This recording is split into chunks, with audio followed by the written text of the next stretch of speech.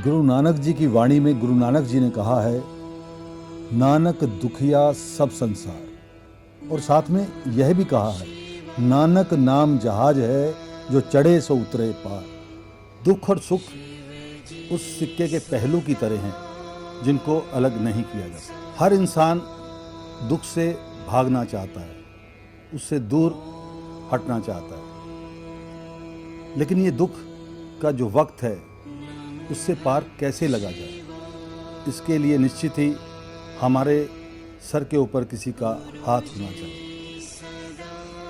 उस हाथ की तलाश में इंसान सारा जीवन निकाल देता है, और जब उस हाथ की छाया हमारे सर के ऊपर पड़ती है तो दुख कब विलीन हो जाते हैं इसका पता भी नहीं चलता। गुरु जी की महिमा भी कुछ ऐसी ही है।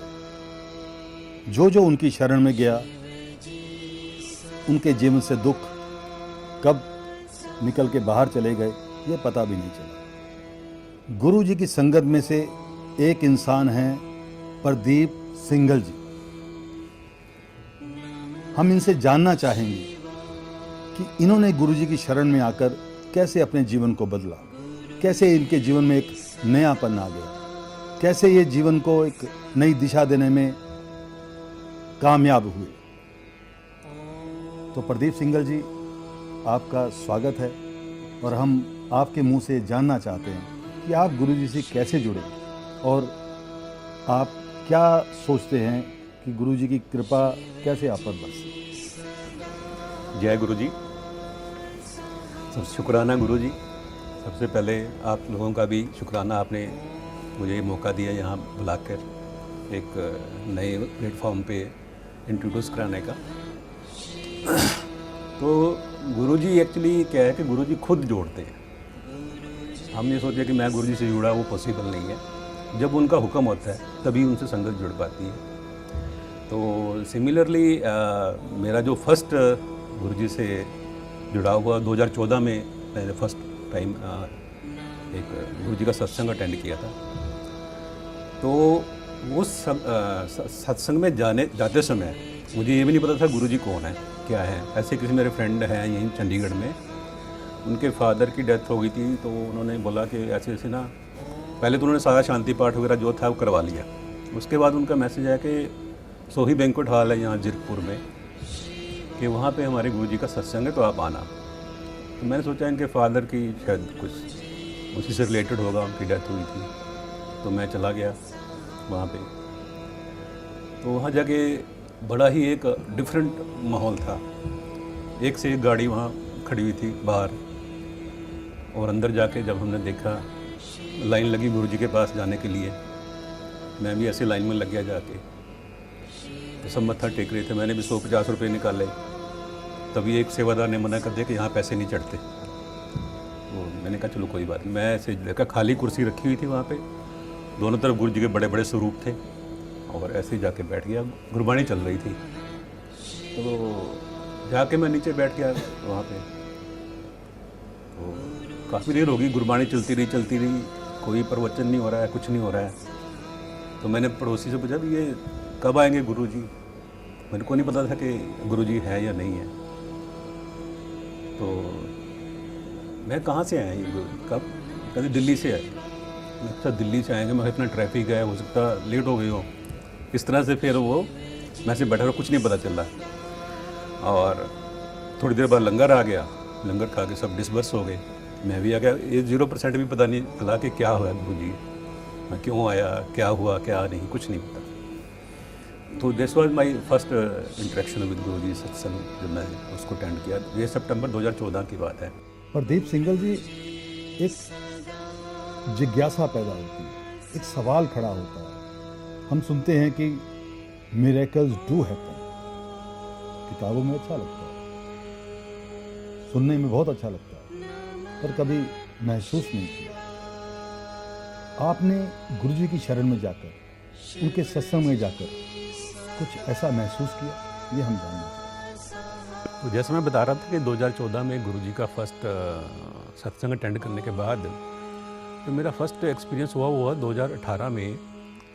जब दिसंबर की बात है, दिसंबर 2018 में, तो हम ऑफिशियली एक हमें गवर्नमेंट की तरफ से घूमने की फैसिलिटी मिलती है। तो 2 साल में एक बार हमें डिपार्टमेंट की तरफ से बाहर जाने का मिलता है विद फैमिली। तो दिसंबर में हमने फिर प्रोग्राम बनाया कि एटलीस्ट चलो दिल्ली तक ही घुमाते हैं।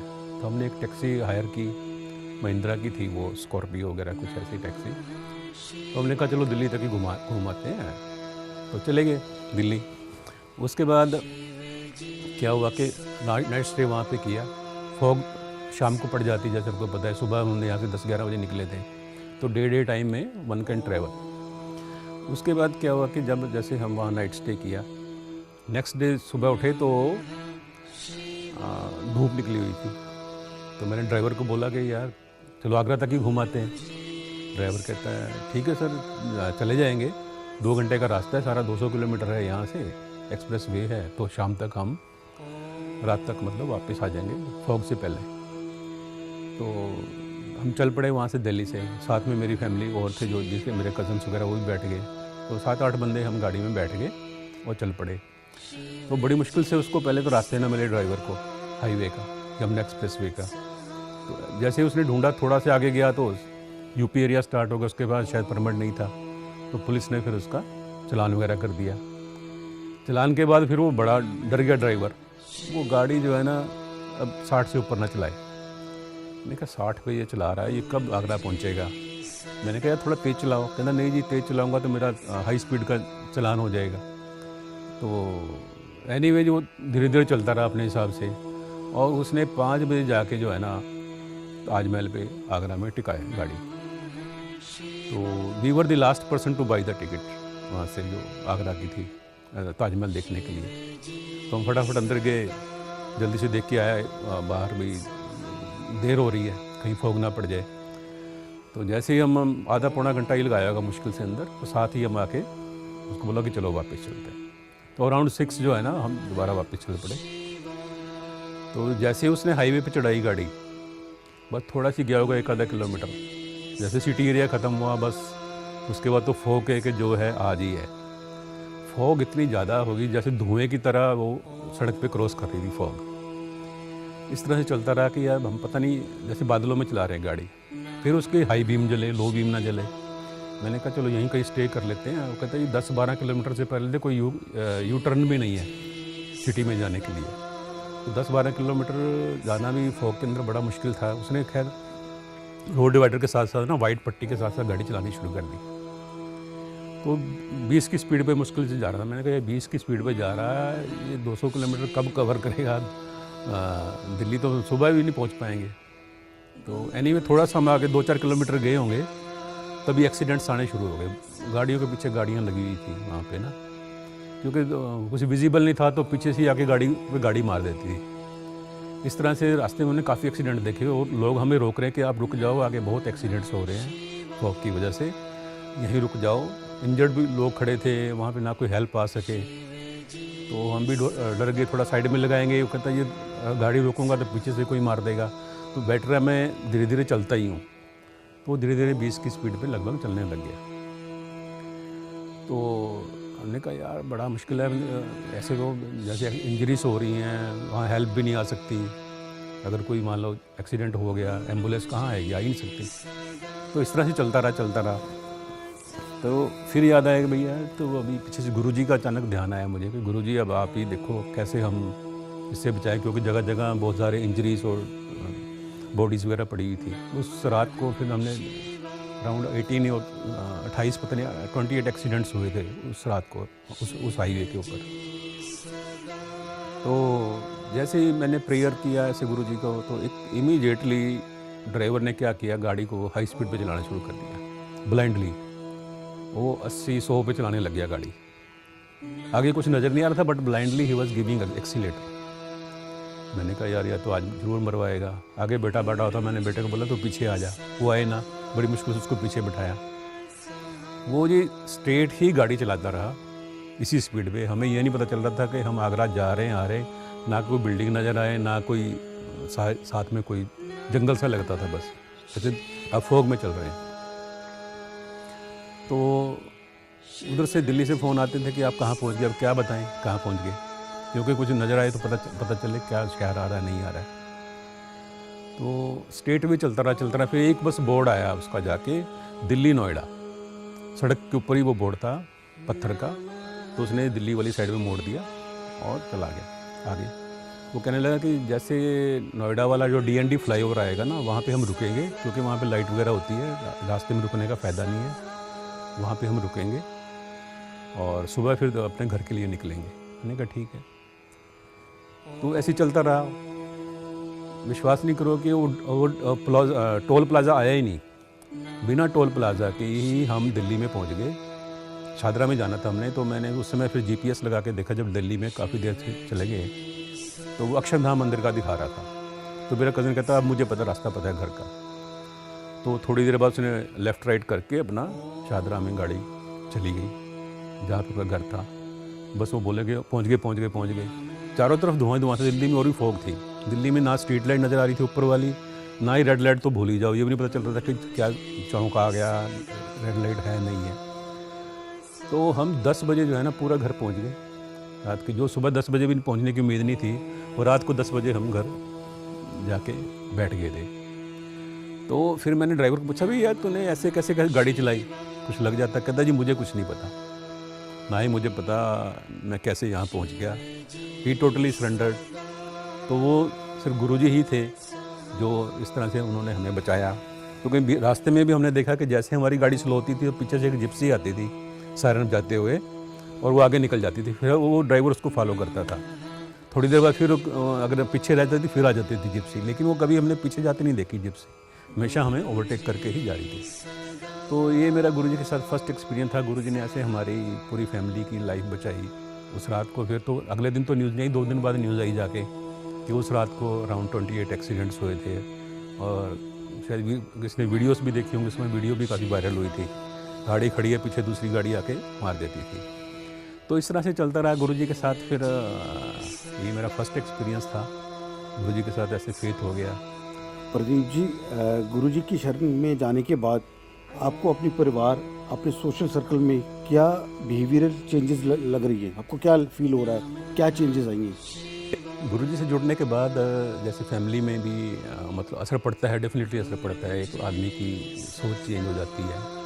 पहले क्या था कि बंदा जैसे छोटी छोटी बात पे हाइपर हो जाता था। मान लो आपकी गाड़ी खड़ी है, पीछे कोई गाड़ी खड़ी कर गया, तो आप जाके क्या करोगे यार? जिसने भी गाड़ी खड़ी उससे कुछ ना कुछ बोलोगे आप, है ना? ऐसे 1-2 बार मेरे साथ भी हुआ। मैं गया, पीछे किसी ने गाड़ी लगाई, तो गुरुजी से जुड़ने के बाद ये हो जाता है कि यार ये जो मेरी गाड़ी के पीछे गाड़ी लगाई है किसी ने, हो सकता है ये भी गुरुजी का हुक्म होगा। अगर हो सकता है गुरुजी मुझे डिले कर रहे हैं 5 मिनट 10 मिनट, उसका 10 मिनट पहले निकलने से मेरा कहीं एक्सीडेंट ही हो जाता। तो जैसे वो बंदा गाड़ी लेके आया, मैंने कुछ नहीं बोला उसको, लेके चला गया, मैंने अपनी गाड़ी निकाल ली, आ गया। तो आई एम श्योर कि अगर मैं गुरुजी से ना जुड़ा होता, मैं डेफिनेटली उससे बहस करता कि तेरे को पार्किंग की तमीज़ नहीं है, ये वो कुछ भी बोलता उसको।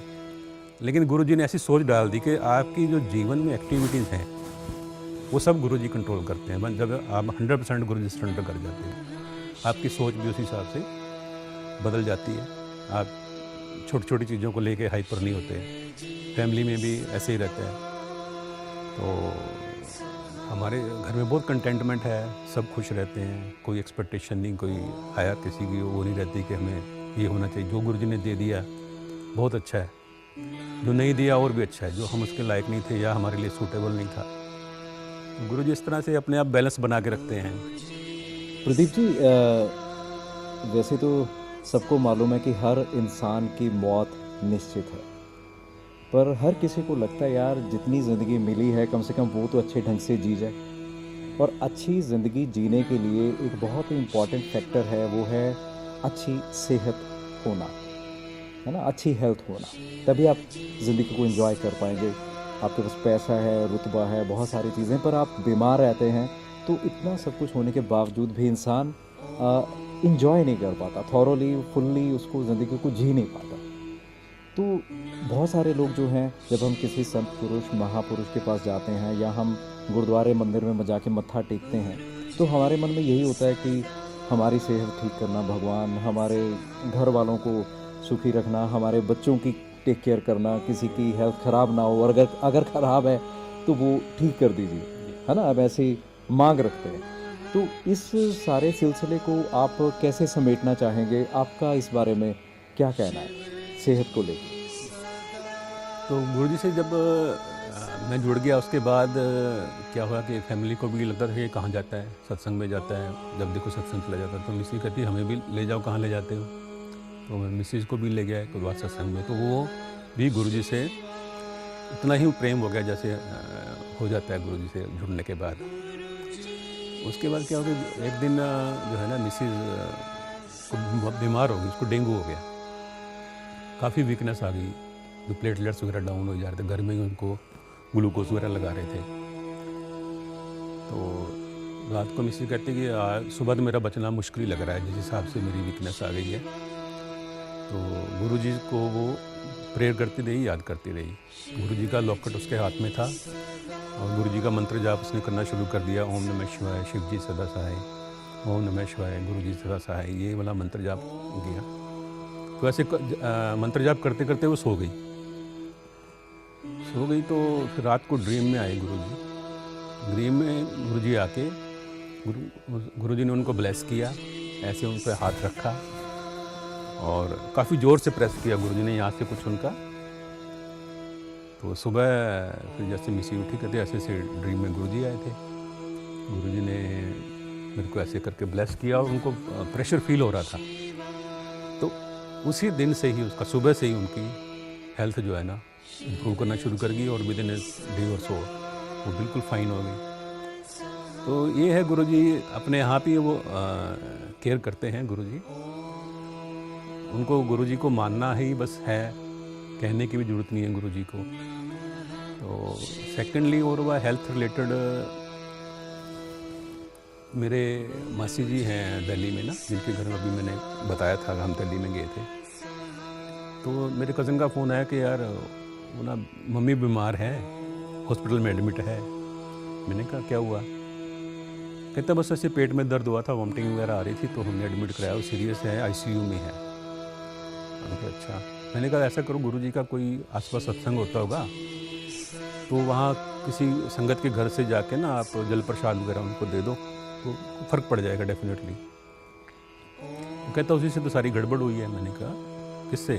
कहता वो पड़ोस में गुरुजी का सत्संग था, तो वहाँ पे वो प्रसाद खा रही थी, तो ब्रेड पकौड़ा वगैरह वहाँ पे था, तो सेवादार ने बोला कि पूरा खाना पड़ेगा। उसको मना था एज्ड करके, लेकिन उसने पूरा ज़बरदस्ती उन्होंने खिला दिया। तो घर में आके उसको पेट दर्द हो गया, वॉमिटिंग हो गई, फिर हम हॉस्पिटल ले गए लाइक दैट। तो मेरे को विश्वास नहीं हुआ कि ऐसे गुरुजी के प्रसाद से कैसे कोई बीमार हो सकता है।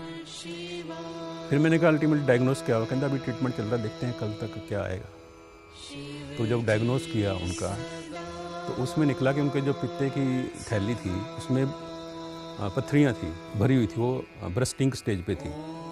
अगर उनको हॉस्पिटल ना ले जाते तो उनका कुछ भी हो सकता था। डॉक्टर जो है ना बड़ा, उन्होंने कहा कि आप बहुत टाइम पे ले आए और फिर उन्होंने ऑपरेशन किया उसका। लेकिन मेरे कहने का मतलब ये है कि गुरुजी ने ऐसे सर्कमस्टांसेस बना दिए कि उनको वेल इन टाइम जो है ना आप हॉस्पिटल ले जाओ और उनका ट्रीटमेंट हो सके। हम सोचते हैं कि शायद ये पता नहीं गुरुजी ने क्या प्रसाद खाने से बीमार हो गया, लेकिन गुरुजी ने एक बहाना बनाया उनको हॉस्पिटल ले जाने का और उनका ट्रीटमेंट ना हो। शी इज़ ऑल राइट, वो भी जय गुरुजी बोलते हैं। ऐसे हैं गुरुजी हेल्थ रिलेटेड।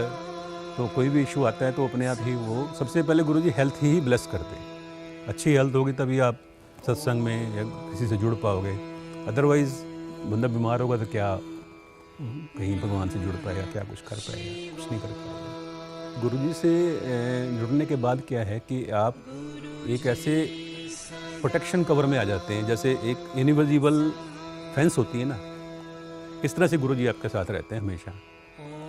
जैसे मान लो एक 2 फुट का कोई 1 फुट का रास्ता है, अगर उसकी कोई फेंस नहीं है तो आप उस पर चल नहीं सकते। सपोज नीचे नदी है, अगर उसकी साइड में थोड़े थोड़े कुछ धागे बांध दी जाए, कुछ भी पतली सी रस्सी बांध दी जाए, तो आप आराम से क्रॉस कर जाते हैं कि इधर कुछ पकड़ने के लिए मेरे पास है, चाहे आप उसको ना पकड़ो।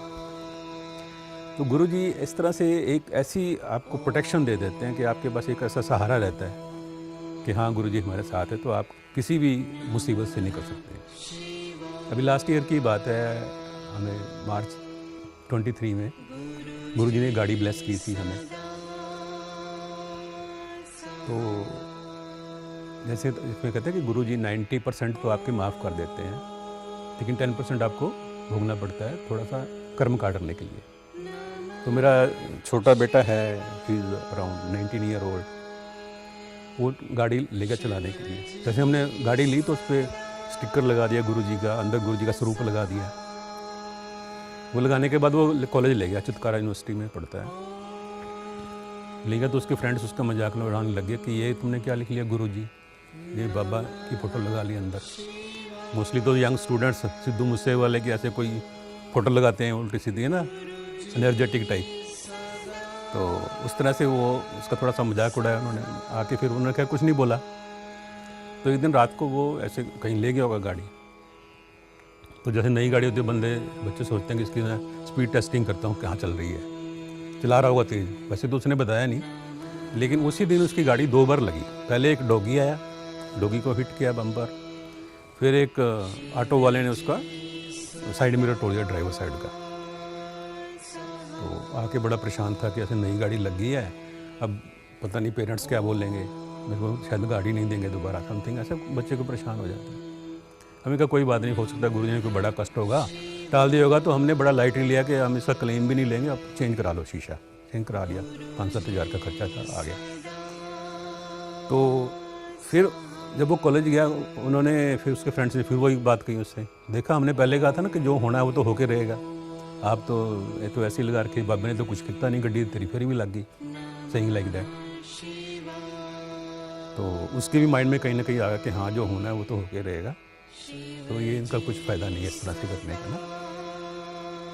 तो यू वोंट बिलीव के दूसरे तीसरे दिन ना गुरुजी उसके ड्रीम में आए, बेटे के ड्रीम में आए। तो गुरुजी का ड्रीम में आना रियल होता है, ये नहीं कि भाई हम ड्रीम है तो खाली ड्रीम है। ये मतलब पुरानी संगति बताती है, गुरुजी ने खुद कहा कि मेरा कोई सपना लेकर दिखाए। गुरुजी सपने में भी अपनी मर्जी से आते हैं, आप कितना मर्जी याद करते रहो कभी नहीं आएंगे गुरुजी। जब उनकी मर्जी होगी, कुछ करना होगा, आपकी ज़रूरत होगी, डेफिनेटली आते हैं और कुछ ना कुछ मैसेज देकर जाते हैं। तो इस तरह से ड्रीम में आ गए। गुरुजी ने उनको बताया, कहता 2-3 दिन तो वो बोला नहीं कुछ ना, कि हमने कहीं जाना था चंडीगढ़।